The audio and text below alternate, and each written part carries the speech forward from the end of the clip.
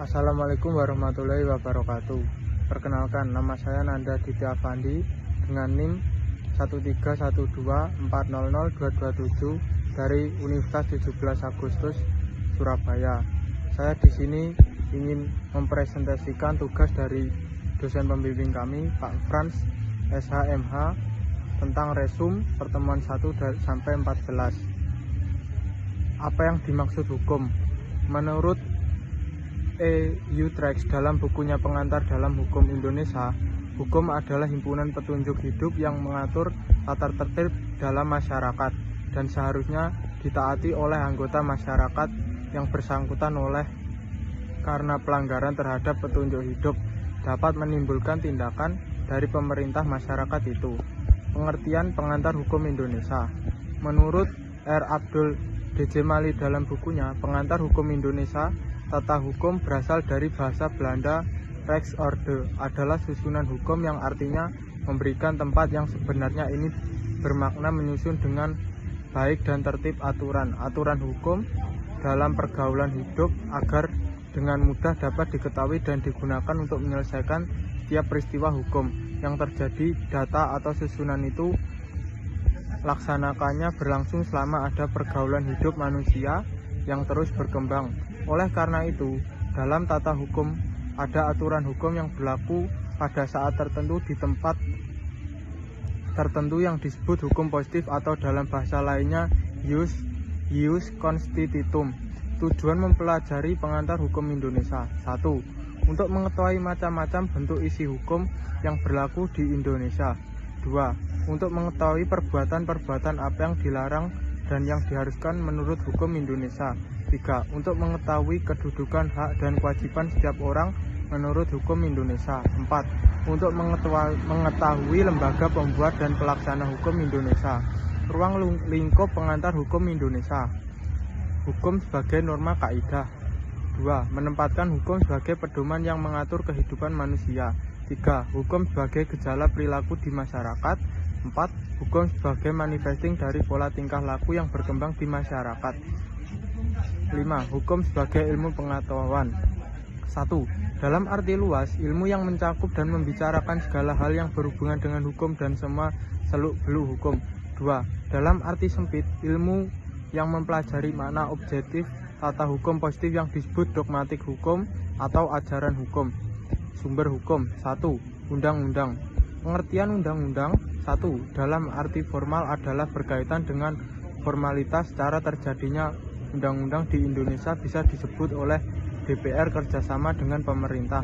2. Dalam material adalah berkaitan dengan isinya yang mengikat umum. Undang-undang sebagai regeling adalah peraturan hukum yang berlaku bagi hukum. B. Kebiasaan. Kebiasaan adalah perbuatan yang dilakukan secara berulang-ulang dalam masyarakat. Syarat terbentuknya hukum kebiasaan. 1. Syarat material, pemakaian yang tetap. 2. Syarat psikologis bahwa kebiasaan diyakini sebagai kewajiban hukum oleh komunitas atau kelompok. C. Traktaat atau perjanjian. Traktaat adalah perjanjian antar negara. Traktaat dalam pembuatannya ada 2 prosedur. 1. Pembentukan melalui 3 tahap, yaitu perundingan, penandatanganan, dan ratifikasi perjanjian yang dianggap penting perjanjian dengan negara lain. 2. Perundingan dan penandatanganan dilakukan oleh perjanjian yang kurang penting. D. Jurisprudensi. Jurisprudensi adalah putusan pengadilan tertinggi. 1. Di Inggris, jurisprudensi dikenal dengan istilah judgment law atau common law. 2. Dalam proses peradilan Amerika dan Inggris, jurisprudensi dapat digunakan hakim dalam memutus perkara. Unsur sistem hukum, klasifikasi hukum, dan konsep-konsep dasar dalam hukum Indonesia. A. Klasifikasi atau penggolongan hukum. Penggolongan hukum ada 5, yaitu sifat, isi, atau materinya, bentuknya, waktu, dan tempat berlakunya. 1. Sifatnya. Hukum memaksa, imperatif. Itu adalah undang-undang yang bagaimanapun juga harus dan mempunyai paksaan mutlak. Hukum mengatur fakultatif, merupakan undang-undang yang dapat dikesampingkan apabila pihak-pihak berkepentingan telah membuat peraturan tersendiri dalam suatu perjanjian isi atau materi. A. Hukum publik adalah hukum yang mengatur hubungan antara negara dengan alat-alat perlengkapan atau hubungan antara negara dengan perseorangan atau warga negara. Hukum publik terdiri dari HTN mengatur bentuk dan susunan pemerintah suatu negara serta hubungan kekuasaan antara alat-alat perlengkapan satu sama lain dan hubungan antar negara.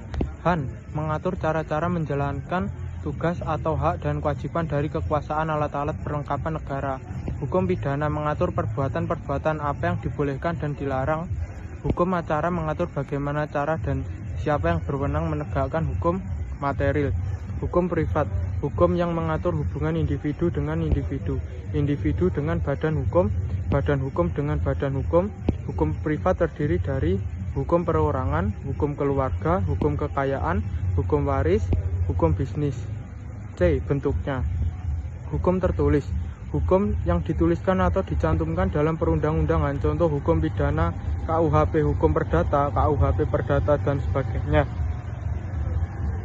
2. Hukum tidak tertulis, hukum yang tidak dituliskan atau dicantumkan dalam perundang-undangan, contoh hukum adat dan hukum kebiasaan. D. Waktu efektif. 1. Permainan yang dibentuk atau hukum positif itu adalah undang-undang yang berlaku saat ini. 2. Hukum tata negara atau cita hukum adalah hukum yang diharapkan berlaku pada waktu yang akan datang.